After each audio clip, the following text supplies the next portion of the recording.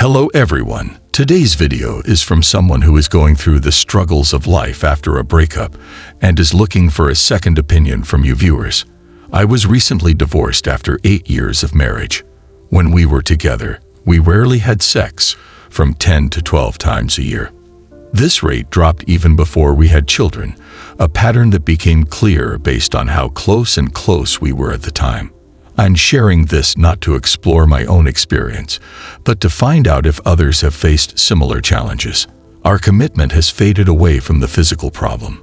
It becomes an important part of the emotional strength and relationship between us.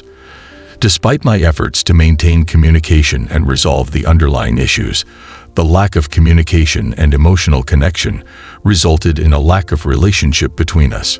It's important to understand that relationships are not just about frequency, but about the quality and emotional connection that comes from it.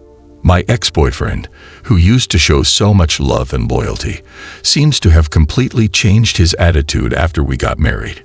It is not surprising that people get married with certain expectations when they change their behavior when they feel the commitment. This change can create a lot of friction, especially if the changes are not discussed or understood by both partners. I want to talk about how this dynamic can affect a relationship, especially if there are children in it. There are more opportunities. I'm not just looking for validation. I'm really looking for some insight into how to manage and understand that transition. As many know, giving up is rarely easy and often involves uncovering many layers of emotional and behavioral concerns. The purpose of sharing this is not to document my own journey, but to provide a forum for discussion and advice that may help others in similar situations. How do others navigate these changes in relationship dynamics? What strategies or insights have you found helpful in dealing with lack of intimacy and different expectations in your marriage? Your help is important in clarifying these issues and supporting those who are facing their own difficulties. So, if you have experienced something like this or are wondering how to implement these examples, I invite you to share your thoughts and advice. Let's explore this together and learn from each other's experiences. The woman in question, who reads very little, managed to devour 3*50 Shades* books in 1 week. Before marriage, she was always free and caring, even if she didn't really want it. But after we got married, it was like changing. He continues to deny that it was his lack of intimacy that ruined our relationship. But she said things would have been different if I had bought her more flowers, more love, and more attention to her. Ironically, he says he should be as close as I am, which seems to contradict his behavior. I am 30 years old, well-dressed, working, good, and busy taking care of our children. I will try to understand what he is doing and not try to change it now, because I will not achieve my dreams. My goal is to document this unusual experience and make it known to others in similar situations. I still want to be involved in my children's lives, but I am afraid that the dynamic will not be there in future relationships. This is normal. Many women use sexual intercourse as a tool to establish male dominance, and when they get married and have children, that perspective changes. This is especially true if a woman's primary goal is to provide a stable family unit. The dynamic you're describing, using dating as a form of leverage, is something that many people experience. It's interesting to note that in my previous relationships, women often wanted my attention, regardless of my ability to do it without it. Their explanation and attention to me helped to strengthen their work. I've noticed that trying to impress or hold interest often derails a man's life and goes against what many men are taught about how relationships work. In your case, the flowers and symbols of love are part of a general pattern in which women's desires become a motivating factor. He may have created a situation in which you cannot meet his expectations, and this motivation can lead to a permanent and incomplete conversion. It is important for men, especially those in relationships and friendships, to keep their logic sharp.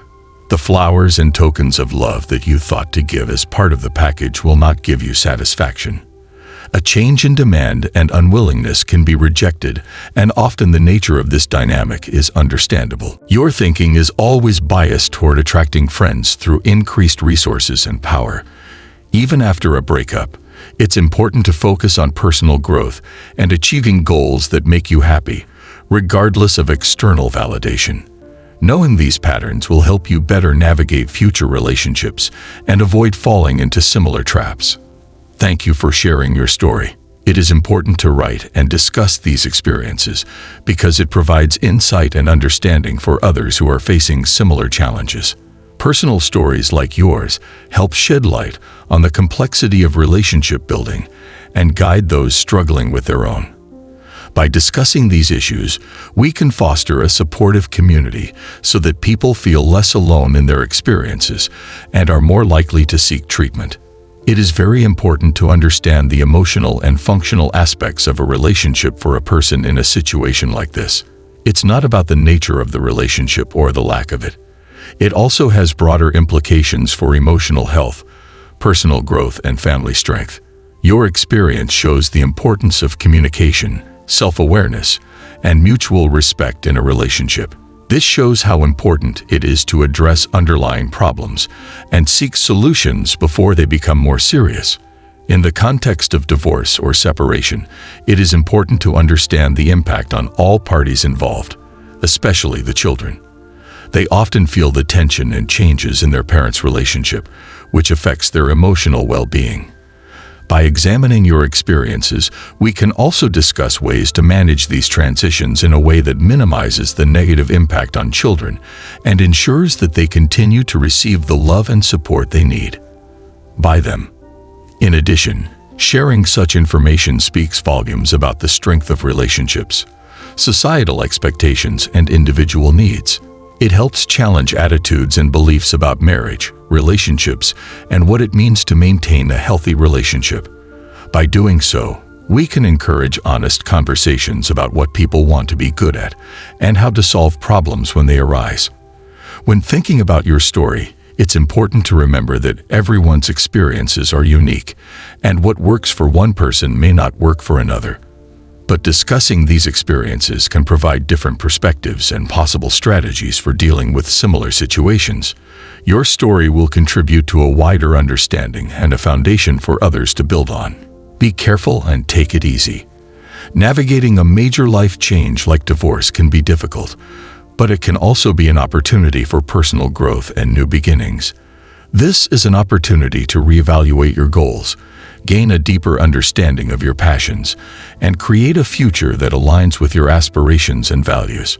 Surround yourself with supportive people, seek professional guidance if needed, and remember that moving forward isn't about dwelling on the past, it's about creating a better way forward. Remember that your journey, while important, is part of a larger human experience. By continuing these discussions and seeking mutual support, you will help build a loving and understanding community. Your willingness to share and reflect is a powerful step toward healing and growth. Thank you again for your input, and I hope you find clarity and satisfaction moving forward.